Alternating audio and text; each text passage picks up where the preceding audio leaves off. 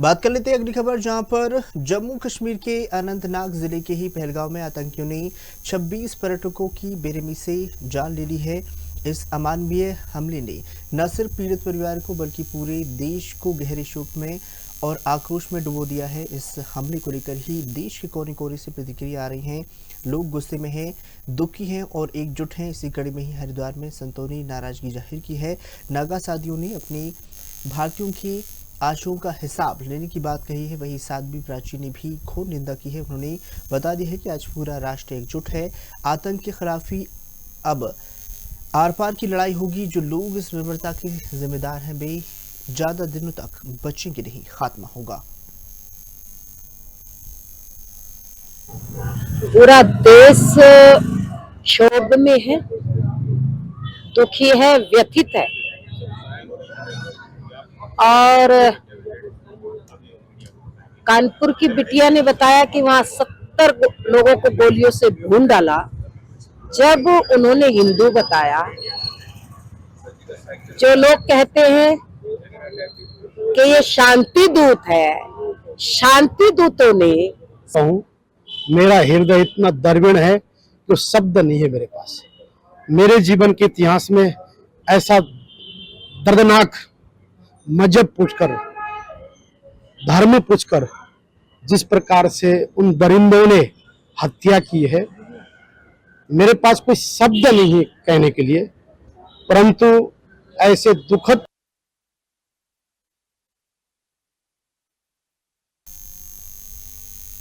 पहलगांव की बात कर लेते हैं, जहां पर हरिद्वार में ही पहलगांव आतंकी हमले में किसानों में भी खासी नाराजगी देखने को मिली है। हरिद्वार के सेन समाज द्वारा ही सेन समाज धर्मशाला में उत्तर प्रदेश, हरियाणा, उत्तराखंड सहित अन्य राज्यों में किसान नेताओं ने एक बैठक की है। वहीं राष्ट्रीय अध्यक्ष राजेश प्रधान ने आतंकी हमले में मारे गए लोगों की आत्म शांति के लिए शोक सभा का मौन रखा है। और इस मौके पर किसानों की सर्वोच्च भारतीय किसान यूनियन प्रधान के कई बड़े पदाधिकारी बैठक में मौजूद रहे हैं।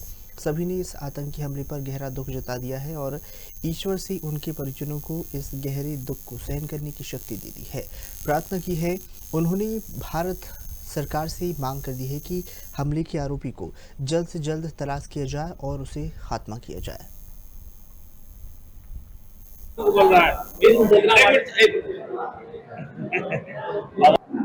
जी, एक बड़ी बैठक हरिद्वार में की गई किसान नेताओं द्वारा, और पहलगाम में के नाम पर देश लग रहा है, तो किसानों में क्या वार्ता रही? देखिए, पहलगांव में पाकिस्तान द्वारा प्रायोजित आतंकवादियों द्वारा जिस तरीके से घटना को अंजाम दिया गया है वो बहुत ही भयानक है, त्रासदीपूर्ण है। हमारे हिंदुस्तान के हर निवासी की आत्मा के ऊपर दाग लगा है। बैठक हुई है, क्या निर्णय, क्या बैठक? आज हमारी भारतीय किसान यूनियन प्रधान की एक दिवसीय कार्यशाला रखी गई थी यहाँ हरिद्वार में।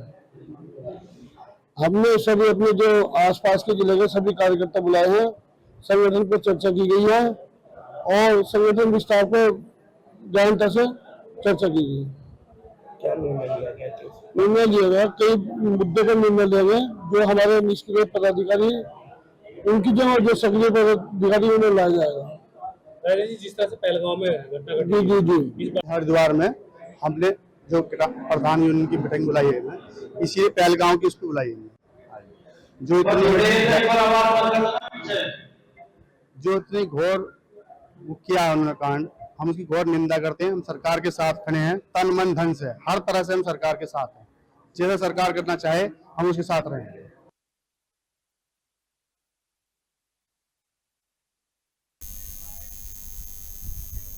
चलिए बात कर लेते हैं हरिद्वार की, जहां पर हरिद्वार स्थित ही पालीट बाबा आश्रम विवाद लगातार सुर्खियों में बना हुआ है। संतों का आरोप है कि संघ का नाम लेकर कुछ बंदूकधारी शिष्यों और संतों पर हमला कर रहे हैं और पालीट बाबा की मौत को सोची समझी साजिश बता रहे हैं।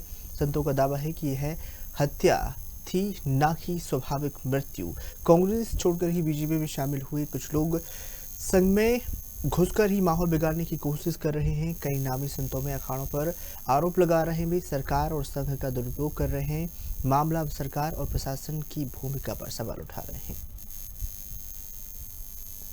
इस वक्त हम खड़े हैं पायलट बाबा आश्रम पर, जहां पर बाबा जी की मृत्यु के बाद स्वामी करणगिरी पर जानलेवा हमला हुआ था। वहीं हमला में करणगिरी द्वारा एक एफआईआर भी दर्ज कराई गई थी, जिसमें उन्होंने साफ शब्दों में लिखा था कि डॉक्टर दुष्यंत द्वारा हमला करवाया गया है। जो अभियुक्त पकड़े गए थे उन्होंने भी यहाँ प्रशासन के सामने डॉक्टर दुष्यंत का नाम लिया, लेकिन अब यहीं पर डॉक्टर दुष्यंत का इस एफआईआर में कहीं नाम नहीं है। इस बात से करणगिरी महाराज बहुत आहत है और कम धाराओं में इस केस को रोका जा रहा है। अब देखने वाली बात यह है कि क्या यहाँ पर संत अपने जान को लेकर सुरक्षित है। यहीं संतों का ये आग्रह है यहाँ के शासन और प्रशासन से कि हमारे जान की सुरक्षा की जाए। अपने सहयोगी के साथ मैं अर्चना धिंगरा, न्यूज़ और हरिद्वार से। पहले तो भाई अच्छे संत थे, हमारे पड़ोसी में थे और उनका देश विदेश में नाम है। उनके बहुत से आश्रम हैं। उनके शिष्य हमारे पास आज से नहीं, जब से वो लोग थे उसी समय से उनके बहुत शिष्य हमारे पास आते रहते थे और अभी भी आ रहे हैं। इस बीच में उनका वो ब्रह्मलीन हुए। अब उस संबंध में बहुत से कंट्रोवर्सी है। हमारे पास कुछ ऐसे प्रमाण मिले हैं, डॉक्यूमेंट्री प्रमाण, जो इस ओर इंगित करता है कि उनको मारा गया है, गलत मेडिकेशन करके उनको मारा गया है, इसकी दिया है। इसके लिए आप लोग क्या चाहते हैं? कौन आके यहाँ पे आप लोगों को परेशान कर रहा है? ओम नमो नारायण। मैं शंभुगिरी, शिष्य माँ योगी पायलट बाबा जी, हरिद्वार आश्रम। आज की घटना क्या हुई कि 3-4 दिन पहले मैं ऋषिकेश गया था, तो मेरे को पता चला कि 10-15 लड़के, 15-20 लड़के इधर आते हैं, मेरे कमरे तक जाते हैं और नाम पूछते हैं। फिर वो धमकी देते हुए नीचे आते हैं। करणगिरी से भी मिले थे वो, तो बोलते हैं हम उठा लेंगे, हम ये कर देंगे, हम ये कर, मतलब ऐसी धमकी देने लगे मेरे को। तो फिर करणगिरी ने मेरे को फ़ोन किया, बोले ऐसे ऐसे कुछ लड़के आए हैं बाहर से। कौन है? बजरंग दल वाले हैं, RSS वाले हैं। उन्होंने आप पर हमला किया था, आपने एफआईआर भी दर्ज कराई थी, खुलेआम घूम रहे हैं, आश्रम में बैठ रहे हैं, क्या कहेंगे?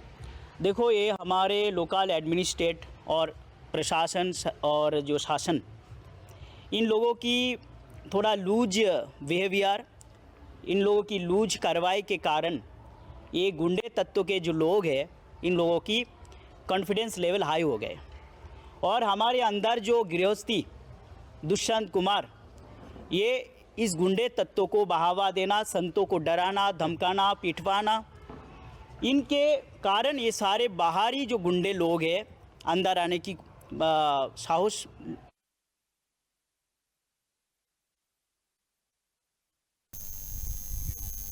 जम्मू कश्मीर के वेलगांव में आतंकियों ने 26 पर्यटक की बेरहमी से जान ले ली है। हरिद्वार की नगर विधायक मदन कौशिक ने ही इस हमले को पुलवामा की पुनरावृत्ति बता दिया है।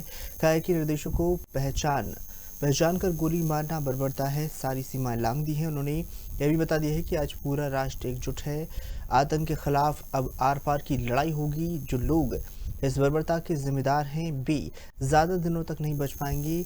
जो ताकत उन्हें उकसा रही है वे नहीं बचेंगे। पूरे देश में ही इस वक्त आक्रोश है, मातम का माहौल बना हुआ है। देश के आंसुओं का हिसाब लिया जाएगा। वही व्यापारी ने भी अपना गुस्सा जाहिर किया है। ये भैया कैप्चर लाइव फोटो स्टूडियो और सुगंधिम परफ्यूमरी लैब, जिसमें हम अत्याधुनिक सुगंध भी बनाएंगे और आध्यात्मिक सुगंध भी बनाएंगे, जो मानव चेतना को प्रज्वलित करेगी और जागृत करेगी। अभी हमने कुछ नील तेल के साथ में एक्सपेरिमेंट करके माटी, कैलाश माटी तत्व की कुछ परिभाषित और सुगंधनीय जो सुगंध हमारी विलुप्त हो रही थी, उनकी हमने दोबारा से पुनः निर्मितता भी की है। और आने वाले दिनों में हम 7 दिन के 7 सेंस परफ्यूम जो हमारे सनातनीय देव को सुगंध में बनाने के लिए हम पूजा में यूज करते हैं।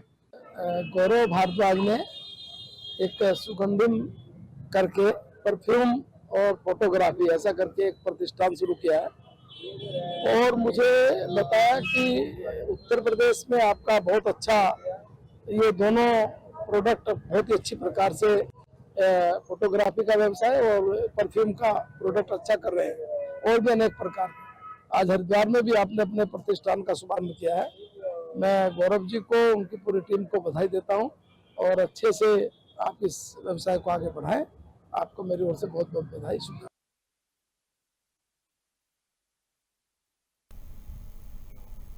बात कर लेते हैं अगली खबर, जहां पर हरिद्वार के बहादराबाद में मुस्लिम समाज के लोगों ने कश्मीर के पहलगाम में निर्दोष पर्यटक पर हुए आतंकवादी हमले के विरोध में जुम्मे की नमाज के बाद बस स्टैंड के पास आतंकवाद और पाकिस्तान सरकार का पुतला दहन कर दिया है। स्थानीय लोग बैनर पोस्टर के साथ नारेबाजी करते हुए बस स्टैंड चौक पर पहुंचे और पाकिस्तान सरकार आतंकवाद के खिलाफ जोरदार नारेबाजी की है। इस दौरान ही लोगों ने आतंकवाद मुर्दाबाद, पाकिस्तान मुर्दाबाद, हिंदुस्तान जिंदाबाद और हत्यारों को फांसी दो जैसी नारे लगा दिए हैं। साथ ही आतंकवादी हमले में मृतक हुए लोगों के परिवारों के प्रति गहरी संवेदना जता दी है। कश्मीर में जो घटना हुई है, इस घटना को लेकर पूरा पूरे भारतवासी दुखी है। जिस तरह से कायराना हरकत उग्रवादियों ने सीमा पार से आकर यहाँ करी है, वो बिल्कुल बर्दाश्त के काबिल नहीं है, क्योंकि कई बच्चों के सर से माँ बाप चले गए, कई बहनों के भाई चले गए, उनके घर उधर गए। इस तरह की कायराना हरकत इन्होंने की है, वो ठीक नहीं है, इसे बिल्कुल बर्दाश्त नहीं किया जाएगा। कश्मीर में जो घटना हुई है, इस घटना को लेकर पूरा पूरे भारतवासी दुखी है।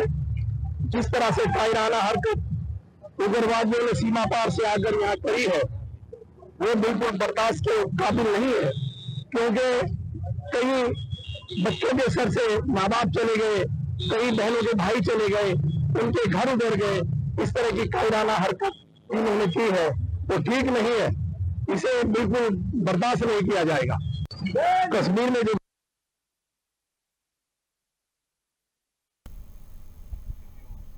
अगली खबर की ओर रुख करते हैं, जहां पर खबर जनपद उधम सिंह नगर के जसपुर विधानसभा क्षेत्र से, जहां पर सहकारी समिति पर थोपा गया कानून के विरोध में ही सरकारी कार का बहिष्कार और प्रदर्शन लगातार ही बदस्तूर जारी है। इसके साथ ही जसपुर सहकारी समिति के कर्मचारियों ने अपनी 8 सूत्री मांगों को लेकर ही प्रदर्शन करते हुए एक ज्ञापन जसपुर एसडीएम को ही सौंपते हुए सरकार से काला कानून वापस लेने की मांग कर दी है। मीडिया से रूबरू होते हुए जसपुर किसान सेवा सहकारी समिति के प्रबंधक निदेशक अरुण सोलंकी ने बता दिया है कि अभी तो सरकारी कामकाज बहिष्कार किया जा रहा है, सांकेतिक धरना प्रदर्शन किया है, लेकिन मांग हमारी पूरी नहीं की जाती है तो आंदोलन जिला स्तर पर नहीं प्रदेश स्तर पर किया जाएगा। विभाग ने एक नियमावली बिना किसी सूचना के कैबिनेट से पास करवा ली है। वो नियमावली जो है वो समितियों के स्वास्थ्य जो हमारी संस्थाएं हैं इनको खंडित करेगी। हमारे जितने कर्मचारी हैं उनके भविष्य पे भी अतिक्रमण वो नियमावली कर रही है। हमारे जो जनप्रतिनिधि हैं जो सहकारिता की राजनीति करते हैं उन लोगों का बिल्कुल उनके यहाँ पे अधिकार समाप्त कर दिए गए हैं। इसके विरोध में हमने लगातार हम विरोध प्रदर्शन कर रहे हैं और 30 तारीख तक हमने विभागीय सूचनाओं का बहिष्कार किया हुआ है। उसके बाद जो भी प्रदेश कार्यकारिणी का हमें निर्देश होगा उसके अनुसार आगे का हमें वो करना है विरोध प्रदर्शन।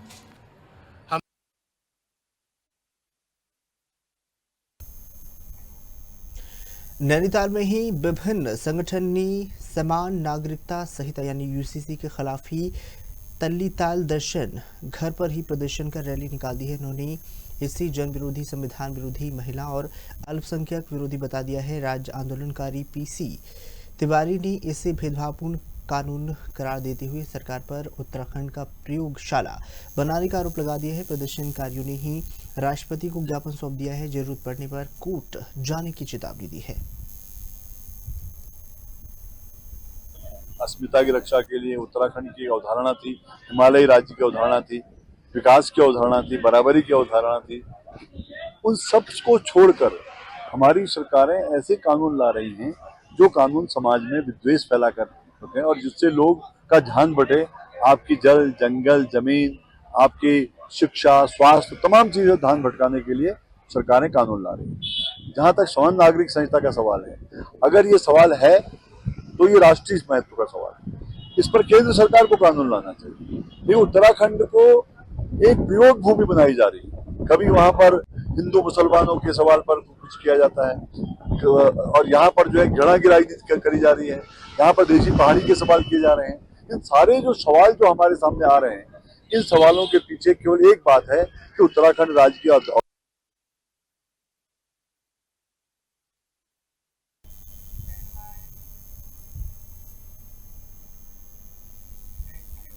बात कर लेते हैं नैनीताल की, जहां पर पर्यटक सीजन के आगमन के साथ ही नैनीताल झील के किनारे एक खुशनुमा और जीवंत माहौल देखने को मिल रहा है।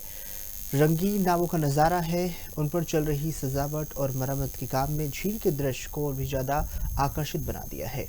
नाव चालक अपनी अपनी नावों को नई रंग रोगन कर रहे हैं, पूरी तरह से सजावट कर ली है, तो वही ताकि आने वाले पर्यटक को सुरक्षित और यादगार नौका विहार का अनुभव मिल सके। यह नज़ारा केवल नैनीताल की प्राकृतिक सुंदरता को बढ़ाता नहीं है, बल्कि यहाँ के लोगों की आतिथ्यता और पर्यटन के प्रति उनके समर्पण को भी दर्शाता है। झील की नीली सतह पर चमकती और रंगीन नावें पर्यटक के अनुभव को और भी ज़्यादा रोमांचक बनाती हैं। सीजन को देखते हुए कहते हैं हमें तो हर साल ये अप्रैल मार्च अप्रैल के महीने में ये रंगमाइश करनी पड़ती है।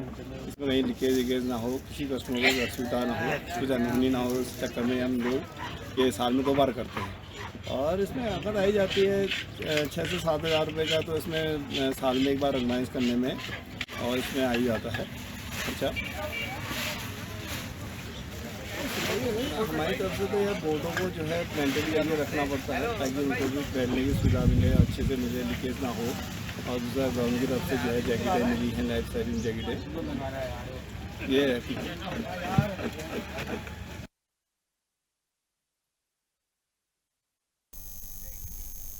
नगर पंचायत लंडोरा में ही बोर्ड बैठक के दौरान ही 30 करोड़ के विकास कार्यों पर सर्वसम्मति से मोहर लगी है। नगर पंचायत अध्यक्ष डॉक्टर नसीम रहमान ने जानकारी देते हुए बता दिया है कि 15वें वित्त आयोग के अंतर्गत ही राज्य योजना के द्वारा ही विभिन्न कार्यों के लिए 30 करोड़ रुपए का बजट पास कर दिया है, जिसमें ही मुख्य रूप से रेन वाटर हार्वेस्टिंग का निर्माण और कीटनाशक दवाइयां छिड़काव, साफ सफाई के लिए मास्क, प्रकाश, नई तकनीकों की सड़क निर्माण। वही उन्होंने बता दी है कि डेंगू से निपटने के लिए सफाई सामग्री डबल बैरल वाली मशीन खरीदी की है, तो प्रतिदिन सभी वार्डों में नियमित रूप से ही फंगिंग का कार्य कर रहा है, कीटनाशक दवाइयों का छिड़काव भी।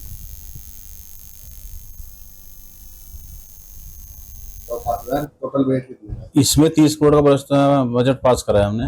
इसमें टोटल बजट है कि 15वीं वित्त आयोग के अंतर्गत तथा प्रकाश व्यवस्था के लिए 4 करोड़ रुपए और 15वीं वित्त आयोग के लिए अंतर्गत सफाई उपकरण व अन्य सामग्री हेतु जैसा मास्क, ग्लव्स, कीटनाशक दवाई, ये 2 करोड़ रुपए। उसके 15वीं वित्त आयोग के अंतर्गत बाउंड्री वॉल एवं नाला, रेन वाटर हार्वेस्टिंग आदि 9 करोड़ रुपए।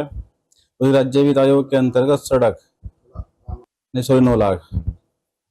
राज्य वित्त आयोग के अंतर्गत सड़क, नाला, नाली व बाउंड्री वॉल आदि व्यवस्था 6 करोड़ 25 लाख। स्थापना विकास निधि के वर्ष 4 करोड़ रुपए।